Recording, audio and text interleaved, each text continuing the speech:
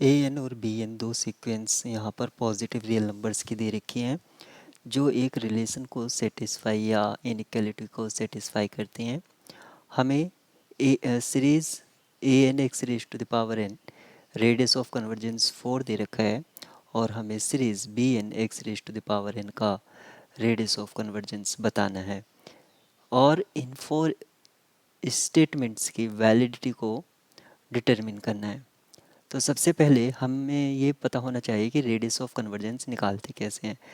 Radius of convergence के लिए हमारे पास दो फार्मूले जो सबसे ज़्यादा यूज़ होते हैं वो हैं, जो कि limit N tending to infinity U N upon U N plus one.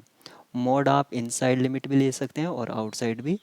और दूसरा R equals to limit U N raise to the power 1 upon n and take reciprocal of this one. So these are two common formulas. ये दो हमारे पास common formulas हैं radius of convergence को find करने के लिए। अब हमें बी एन का रेडियस ऑफ कन्वर्जेंस चाहिए, तो मैं सेकंड फार्मूले को अप्रोच करूँगा और इसी फॉर्मेट में series B N x raise to the power N इसको बनाने की कोशिश करूँगा गिवन इनइक्वालिटी की हेल्प से। गिवन इनइक्वालिटी है A N less than B N less than N square A N. सबसे पहले इस फॉर्मेट में कन्वर्ट करने के लिए मुझे क्या चाहिए होगा, 1 अपॉन एन यानी कि nth रूट चाहिए।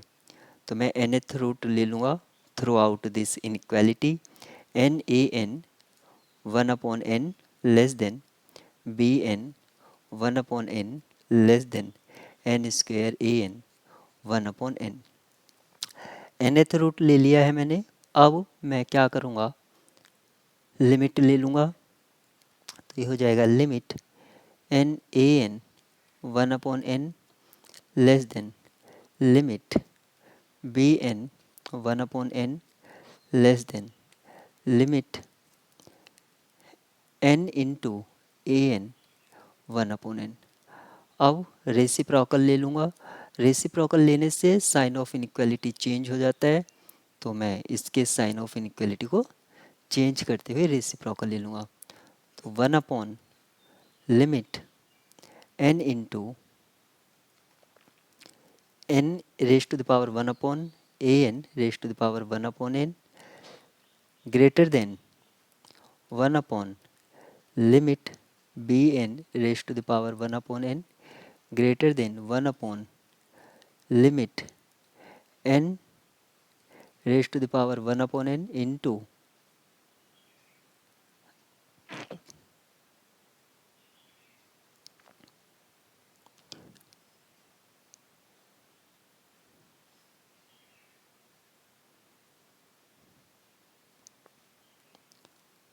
एन इंटू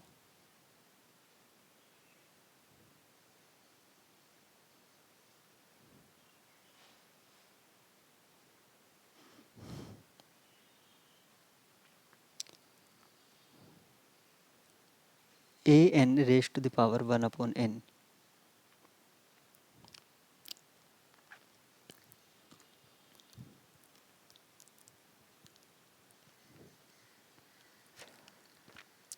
हम जानते हैं limit N raise to the power 1 upon N, ये लिमिट 1 होती है। तो मैं इसको लिख सकता हूँ 1 into limit A N raise to the power 1 upon N.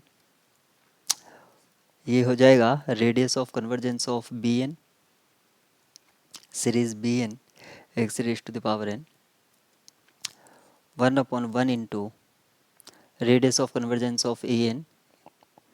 तो इसको आप अभी ऐसे लिख दीजिए limit N tending to infinity A N raise to the power 1 upon N.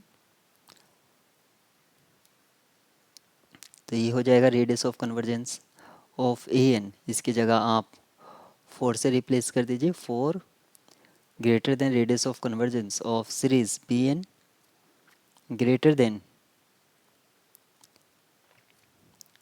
Radius of convergence of series A N इसका मतलब हुआ radius of convergence of series B N x raise to the power N exactly 4 हो जाएगा। तो सभी 4 के लिए series convergent होगी और 4 से आउटसाइड सीरीज डाइवर्ज होगी। तो यहाँ पर कहा है for all x mod x greater than 2, ये फॉल्स है क्योंकि 5 के लिए कन्वर्जन नहीं होगी। ऐसे ही मॉड एक्स ग्रेटर देन 2, जबकि 3 के लिए तो एटलीस्ट ये कन्वर्ज है, लेकिन इसने कहा है for any does not converge, इसलिए ये स्टेटमेंट रॉन्ग है। और x mod x less than 2 series convergent है किसी भी एक्स के लिए, लेकिन दिया है डज नॉट, इसलिए ये भी स्टेटमेंट रॉन्ग है।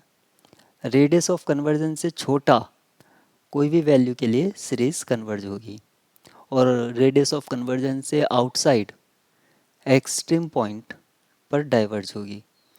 ऑप्शन ए यहाँ पर करेक्ट है।